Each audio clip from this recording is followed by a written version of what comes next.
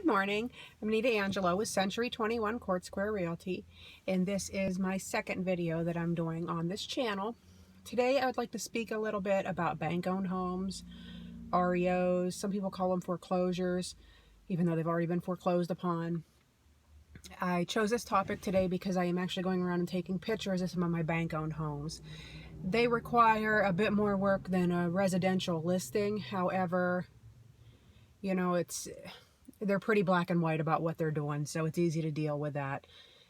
Now, most bank-owned homes, like right now I'm sitting over at 56 North Crawford in Millersburg, Ohio, which is a bank-owned home that I have listed, and I just did the inspection on it.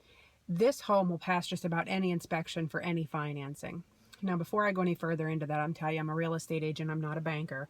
So if you have any questions on it, please, by all means, talk to your banker. You should probably talk to your banker first anyway, or rather you should, before you even go to look at homes, just to kind of smooth everything out and to know what you're looking at. Because if you are doing a USDA loan, a VA loan, or a FHA loan, any of them type loans, you are going to have homes that got to pass a certain criteria. Now, with that being said, like I said, I'm over here at 56 North Crawford. This home has been completely renovated by the bank inside. They had a contractor come in and do a lot of work, and they put in new flooring, drywalls, appliances, everything. So a bank-owned home like this is by all means passable by most inspections. Now, they could always find something underlying, but for the most part, like I said, you're pretty safe. Actually, probably more safe on this one than you are on some residential homes. And the electricity's on, the water's on, all of that. So you won't have problems with them things being turned on for any inspections. Now, just a little FYI, as a buyer, most banks will require you to fund the de-winterization and also re-winterize the house if it's been winterized before. And they'll require that you pay to have that done if you need it done to have inspections completed. Okay. Now, on the other end of the spectrum, I have a bank-owned home that sits on 853 South 7th Street in Coshocton, Ohio. This home, this is what I call a contractor special, because it has been completely gutted. It's been sitting a long time. It is not going to pass any government loan, any normal government loan, I'll say, and I'll get into that here in a couple minutes.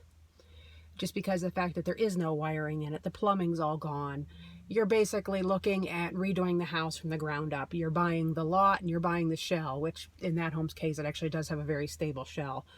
So it would be a good purchase for any type of contractor. So when you see these bank-owned homes online and you think, well, these are quite a deal, make sure that you talk to your banker and your agent to see if it's something that is even possible for you. Now, when I said we'll talk about most FHA loans here a little later, there is something called a 203K. And like I said, please talk to your banker about this, as I am not one. And for the most part, what this is an FHA rehab loan.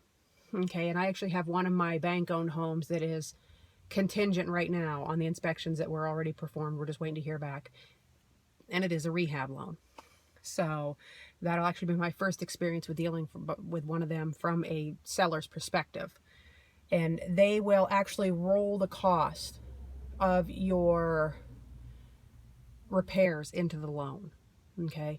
And it varies from bank to bank on what type of house they will take for this. I spoke to one and she said, hey, the foundation's just got to be good. So by all means, if you are looking at a bank-owned home that does need repairs and you want to roll them into your loan, you want to speak with your banker about that to find out what criteria they're going to require for a house that you would purchase. Okay. Now, the other issue I run into as a realtor with bank-owned homes is a lot of people think that they can offer half the price that it's listed at. And as a buyer, you know, and someone looking, please do understand that they go through anywhere from 2 to 5 agents to do valuations on these homes. They take the repairs into consideration, and that is how they price the home. So when you come and look at it and say, well, you know, I know it's priced at $75,000. However, it needs a new roof. Therefore, to me, it's only worth $50,000.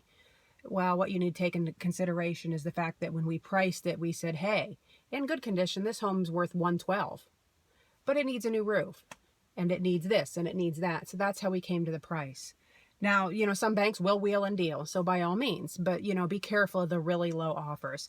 I'm seeing a trend lately with our banks where they are just countering low offers with full price and stating, there you go, there you have it.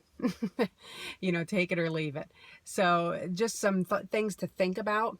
By all means, don't be afraid of bank-owned homes, but, please do talk to your lender first and see what they are willing to do and, where they're willing to go on it.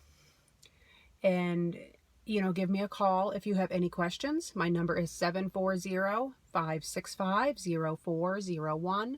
That's 740-565-0401. And I hope to talk to you soon. Thank you.